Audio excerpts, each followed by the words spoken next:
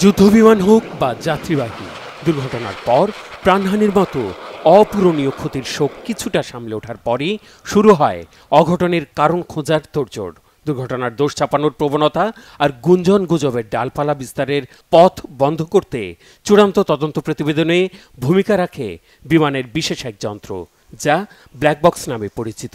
বাংলাদেশ ভারত ছাড়াও গত কয়েক মাসে দেশে দেশে বিমান দুর্ঘটনার পর আবার আলোচনায় বিমানের বিশেষ এই যন্ত্রটি।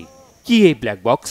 কেন বিমান দুর্ঘটনার পর সামর্থ্যের সবটুকু দিয়ে এটি উদ্ধারের কর্মযজ্ঞে ঝাঁপিয়ে পড়েন তদন্তকারীরা? বিমানের ব্ল্যাক বক্স নিয়ে যখন আমরা কথা বলি তখন বহু বচনে বক্সেস বলে থাকি, কারণ এগুলো দুটি আলাদা যন্ত্রের সমন্বিত রূপ। এর একটি ফ্লাইট ডাটা রেকর্ডার, যা কম্পিউটারে দেয়া ইনপুট আর পাইলটের তাৎক্ষণিক নির্দেশনা রেকর্ড করে। এতে রয়েছে বিমানের গতিপথ, আচরণ আর গতি বিষয়ক তথ্য।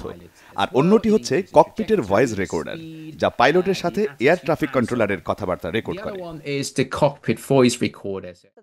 নামে ব্ল্যাক বক্স হলেও এর রং কিন্তু কালো নয়। প্রতিফলক ফিতা বা রিফ্লেকটিভ টেপ এর গায়ে জড়ানো থাকে, যা আলোতে জ্বলজ্বল করে প্রতিফলিত হয়। দুর্ঘটনার পর সহজে খুঁজে পাওয়ার জন্যই এমন ব্যবস্থা।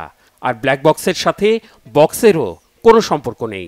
এর কাঠামোতে একটি সিলিন্ডার সবচেয়ে বেশি চোখে পড়ে, যেখানে থাকে মেমোরি ইউনিট। সিলিন্ডারের পাশের কাঠামোতে থাকে ব্যাটারি। এত বছর ধরে এগুলোকে ব্ল্যাক বক্স বলা হচ্ছে কেন জানি না। এগুলো উজ্জ্বল কমলা রঙের, কারণ কালো বাক্সগুলো আসলে কালো হলে সেগুলো খুঁজে বের করা খুবই কঠিন। ব্ল্যাক বক্সে ফ্লাইটের যাবতীয় তথ্য এবং ককপিটে থাকা পাইলট, কো পাইলট আর অন্যদের কথোপকথন স্বয়ংক্রিয়ভাবে রেকর্ড হয়। ফ্লাইট ডেটা রেকর্ডার এফডিআর ও ককপিট ভয়েস রেকর্ডার সিভিআর, এই দুটি ব্ল্যাক বক্স থাকে বিমানের পেছনে। পাইলটদের হেডসেট ও ককপিটের মাঝামাঝি স্থানে থাকে প্রায় 4টি মাইক্রোফোন, যা কথোপকথনের রেকর্ড ব্ল্যাক বক্সে জমা করে। এতে কোনো দুর্ঘটনার পর ব্ল্যাক বক্সের বিভিন্ন তথ্য থেকে শেষ মুহূর্তের পরিস্থিতি জানা যায়। এভাবে দুর্ঘটনার কারণ উদ্ঘাটনের মাধ্যমে ওই ধরনের বিপর্যয় এড়ানোর কৌশল বের করা আর সতর্কতামূলক পদক্ষেপ নেওয়া সম্ভব হয়। প্রায় 25 ঘন্টা ধরে কথোপকথন সহ বিভিন্ন ধরনের কারিগরি তথ্য রেকর্ড করতে পারে এটি। ব্ল্যাক বক্স বিদ্যুৎ ছাড়া 30 দিন কাজ করতে পারে। এটি কোথাও হারিয়ে গেলে প্রায় 30 দিন ধরে ভাইব্রেশনের সঙ্গে জোরে আওয়াজ করে। ব্ল্যাক বক্স সমুদ্রপৃষ্ঠের 14,000 ফুট গভীর থেকে তরঙ্গ নির্গত করতে পারে। এতে প্রায় 2 থেকে 3 কিলোমিটার দূর থেকে এই তরঙ্গ শনাক্ত করা যায়।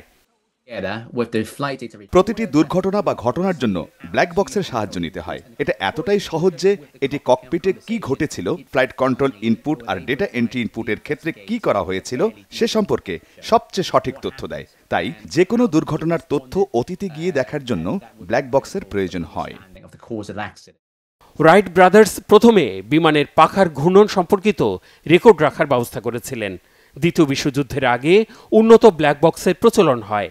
যন্ত্রটি সুরক্ষিত রাখতে সাধারণত বিমানের পেছনের দিকে রাখা হয়, যা টাইটানিয়াম ধাতু দিয়ে তৈরি। টাইটানিয়ামের বাক্সে আবদ্ধ থাকে। এজন্য ব্ল্যাক বক্স আগুন, পানি, চাপ, তাপ বা আঘাতে সহজে নষ্ট হয় না। বক্সটি 1 ঘন্টার জন্য প্রায় 11,000 ডিগ্রি সেলসিয়াস তাপমাত্রা আর 10 ঘন্টার জন্য 260 ডিগ্রি সেলসিয়াস তাপমাত্রা সহ্য করতে পারে।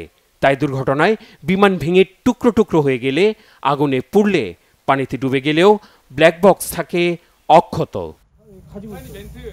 Mehrab Hussain Khan, Bangla vision, news desk.